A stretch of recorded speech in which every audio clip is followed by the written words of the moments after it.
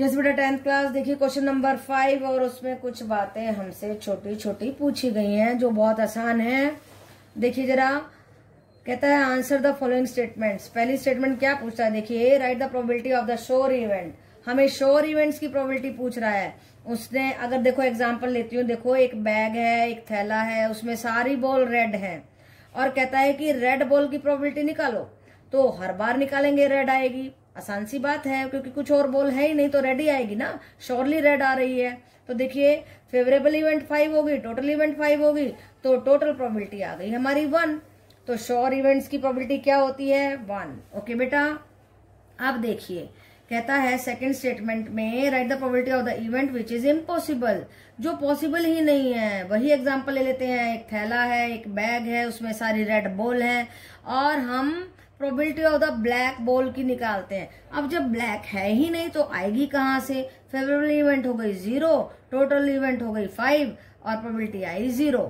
Right बेटा, फिर तीसरा क्वेश्चन पूछता है for an event E right a relation representing the range of the probability. Range इन्हीं दोनों क्वेश्चन में से आ गया, या तो इम्पॉसिबल या श्योरली। तो प्रोबेबिलिटी कहां से कहां तक लाई कर रही है 0 से 1 तक। Probability always in the points 0 से 1 तक, या तो 0 आ जाएगी या पॉइंट में होगी या श्योरली 1 आ जाएगी। 1 से ज्यादा नहीं होगी। अगर 1 से ज्यादा आपका आंसर आता है तो रॉन्ग है। Probability is always in the points.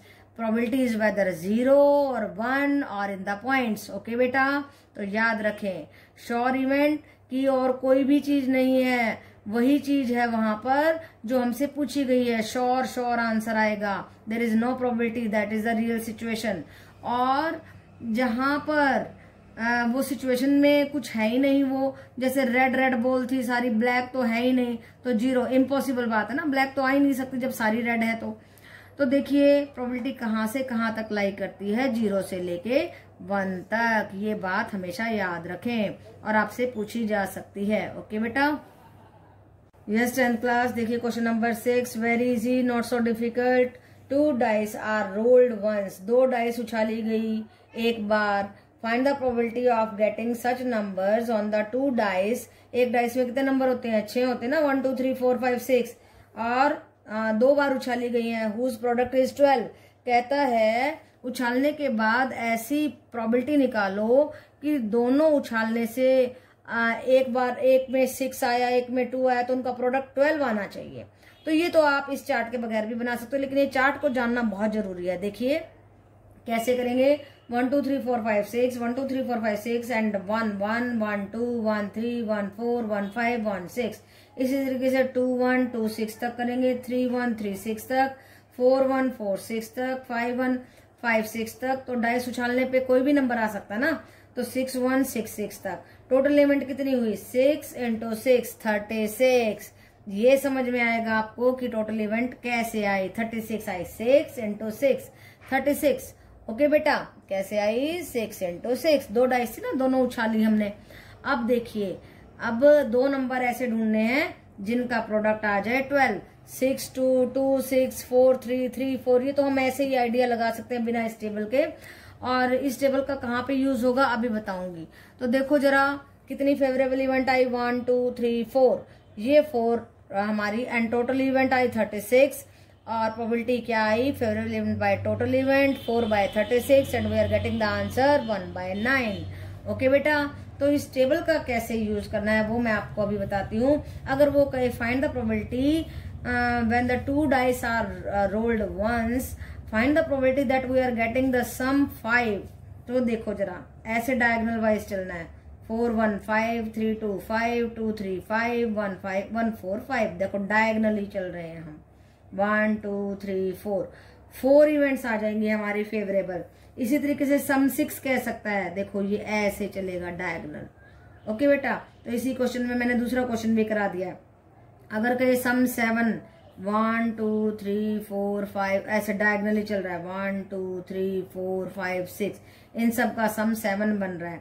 Okay बेटा, तो इस टेबल की कीमत यहाँ पर है। जब आपको किसी भी डाइस के 2 डाइस के रोल करने पर सम 7 पूछे, सम 5 पूछे, कोई भी 2 नंबरों का सम पूछे, तो आपको इस तरीके की टेबल बनानी होगी और यहाँ पर तो ये टेबल का कुछ ज्यादा काम नहीं है, बट आपको ये जानकारी हो गई कि किस तरीके से बनानी है।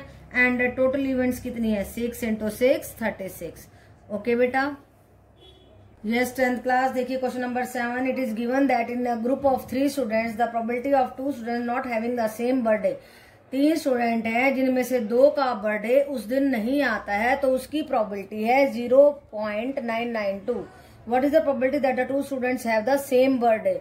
नहीं होने की प्रोबेबिलिटी ये है और सेम होने की प्रोबेबिलिटी हमें निकालनी है। ओके बेटा, तो नहीं होने की मान लो हमने P ऑफ E ले ली, तो वो हमें ये गिवन है, और नहीं होने की दी है, हमें होने की निकालनी है। तो हमें पता है कि हमेशा प्रोबेबिलिटी होने की और प्रोबेबिलिटी नहीं होने की हमेशा सम होता है 1। ओके बेटा, तो जब हमें प्रोबेबिलिटी नहीं होने की मान लो हमने ये ले ली, तो होने की प्रोबेबिलिटी ये होगी। तो होने की प्रोबेबिलिटी कैसे निकलेगी, 1 माइनस प्रोबेबिलिटी ऑफ नहीं होने की। ओके बेटा, नहीं होने की प्रोबेबिलिटी हमने probability of not happening the birthday on the same day is P of E is equal to 0.992। 1 में से घटा देंगे तो उनका सेम डे बर्थडे होने की प्रोबेबिलिटी आ जाएगी। ओके बेटा, तो अगर आपको नहीं होने की दी है तो 1 में से घटा दीजिए, अगर होने की दी है और नहीं होने की निकालनी है तो भी 1 में से घटा दीजिए, क्योंकि इन दोनों का जोड़ होता है हमारा 1। ओके बेटा, अब देखिए question number 8, if a number x is chosen from the numbers 1 2 3 and y is selected from the number 1 4 9, then find product probability of the product xy which is less than 9। सबसे पहली बात, ये x यहां से उठाने वाले हैं, हम x उठाने वाले हैं 1 2 3 में से, और y यहां से 1 4 9 में से। तो हमने इस तरीके से टेबल बना लिया। अब देखिए इनकी पेयरिंग करेंगे, 1 1 1 4 1 9 1, आगे 2 1 2 4 2 9, देन 3 1 3 4 3 9। ओके बेटा, so after doing the pairing हमें वो नंबर छाटने हैं जिनका प्रोडक्ट, जिन पेयर्स का प्रोडक्ट लेस देन 9 है। देखो 1 1 जा, 2 1 जा, 3 1 जा, ये सब लेस देन 9 है। 1 4 जा एंड 2 4 जा, ये भी लेस देन 9 है, बाकी नहीं आ रहे लेस देन 9। तो कितने आए, 1 2 3 4 5 ऐसे पेयर आए हैं जिनका प्रोडक्ट लेस देन 9 है। फेवरेबल इवेंट कितनी आई, 5 आ गई। और टोटल इवेंट देखो, 3 इधर है 3 इधर है, 3 3 जा 9, टोटल इवेंट हो गई 9। अब हमें निकालना है ऐसे पेयर्स का प्रोडक्ट की प्रोबेबिलिटी जिनकी मल्टीप्लीकेशन लेस देन 9 है। देखो 1 1 जा is 1 2 1 ja 2 3 1 ja 3 1 4 ja 4 2 4 ja 8 and all are less than 9। अब favourable event 5, total event 9, so probability of getting xy less than 9 is 5/9। तो 5/9 आ गया हमारा आंसर। तो बेटा इसमें थोड़ी सी कॉम्प्लिकेशन, पहली बात तो ये समझने की कि xy लेस देन 9 कहाँ से आ गया। दूसरी बात ये समझने की है कि आपने x यहां से लिया, y यहां से लिया, और उनकी पेयरिंग करके हमने फेवरेबल इवेंट्स को निकाल लिया। ओके बेटा, उसके बाद favourable event by total event and we are getting the probability of getting xy less than 9। Okay बेटा, यस बेटा 10th क्लास। देखिए question number 9, a student says that if you throw a dice, अगर dice को उछालते हैं, it will show 1 और 1 not, या तो 1 आएगा या कोई और नंबर आएगा। Therefore the probability of getting 1 और 1 not each is equal to half. कहता है इसलिए आधी आधी प्रोबेबिलिटी होगी। इज दिस करेक्ट, कहता है क्या ये मेरी बात ठीक है। If correct give reason, if not correct give reason. क्या कहता है, if this is correct give reason and if it is not correct. तो देखिए हम कहते हैं कि दिस इज नॉट करेक्ट। कैसे करेक्ट नहीं है, देखिए टोटल इवेंट जब डाइस को उछालेंगे कितने नंबर आ सकते हैं, 1 2 3 4 5 6, 6 डिजिट होती है ना, तो 6 ही आ सकते। तो टोटल इवेंट हो गए हमारे 1 2 3 4 5 6 हो गए। ओके, एंड फेवरेबल इवेंट निकालना क्या है, 1 निकालना है। तो फेवरेबल इवेंट हुई 1, तो एक ही बार आ सकता है। अब probability of getting 1 for getting 1 हो जाएगी 1/6, that is a favourable event by total event 1/6। And probability of not getting 1 में से घटा देंगे 5/6। तो ये अलग आई, ये अलग आई, हाफ हाफ तो नहीं आई ना। तो यही बात हमने बता दी इसको कि this is not correct, what are you saying कि हाफ हाफ प्रोबेबिलिटी होगी। हाफ हाफ दो चीजों में होती है हाफ हाफ प्रोबेबिलिटी। ओके बेटा, so the probability of getting 1 और 1 not is not half, it is 1 and 5/6। Okay बेटा, तो ज्यादा मुश्किल बात नहीं थी, बहुत ही आसान है। पहले तो 1 की प्रोबेबिलिटी निकाल दीजिए, फिर 1 में से घटा करके नॉट 1 की निकाल दीजिए। नॉट 1 की हमेशा नो प्रोबेबिलिटी की हमेशा 1 में से घटा के निकालते तो कोई दिक्कत नहीं आती है। ओके बेटा, यस 10th क्लास देखिए question number 10। A box contains 5 red marbles, 4 green marbles, 8 white marbles and 1 marble is taken out randomly. और इतने सारे मार्बल्स हैं एक थैले में, उसमें से एक मार्बल को निकाला अचानक से रैंडमली, कुछ भी हमें नहीं पता है कि क्या आने वाला है। What is the probability of getting red marble, white marble and not marble? ये 3 बातें हमें निकालनी हैं। तो देखिए सॉल्यूशन देखते हैं कैसे करेंगे। रेड मार्बल कितने हैं 5, ग्रीन मार्बल कितने हैं 4, व्हाइट कितने हैं 8।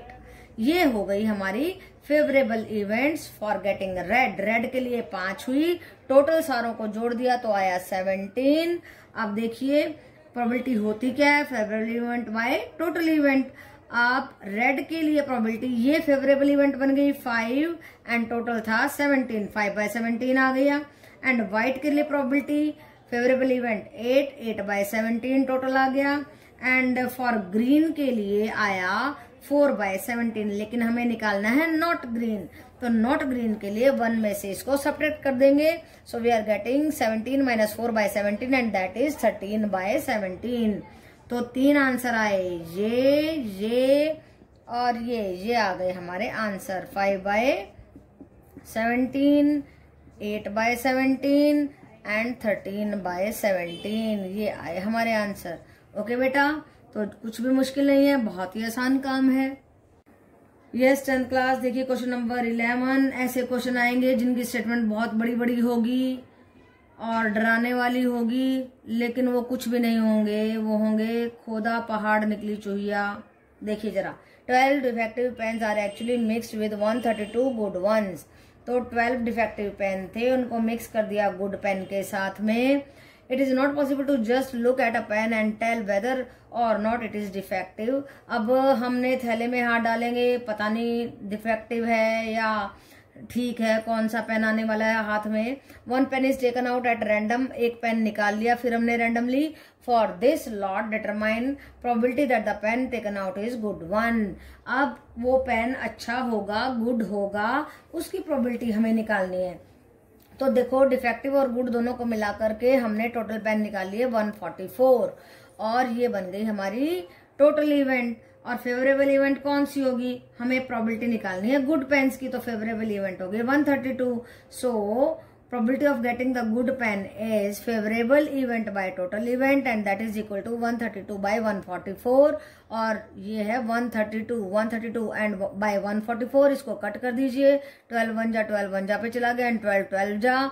सो आंसर इज 11/12। किसकी प्रोबेबिलिटी आई है, ये प्रोबेबिलिटी आई है गुड पेन्स की। ओके बेटा, yes 10th class let us see a very important question, question number 12। बहुत दिमाग का क्वेश्चन है, ज्यादा मुश्किल नहीं है। A bag contains 5 red balls and some blue balls. कुछ रेड बॉल हैं और कुछ ब्लू बॉल हैं, नहीं 5 रेड बॉल है और कुछ ब्लू बॉल हैं।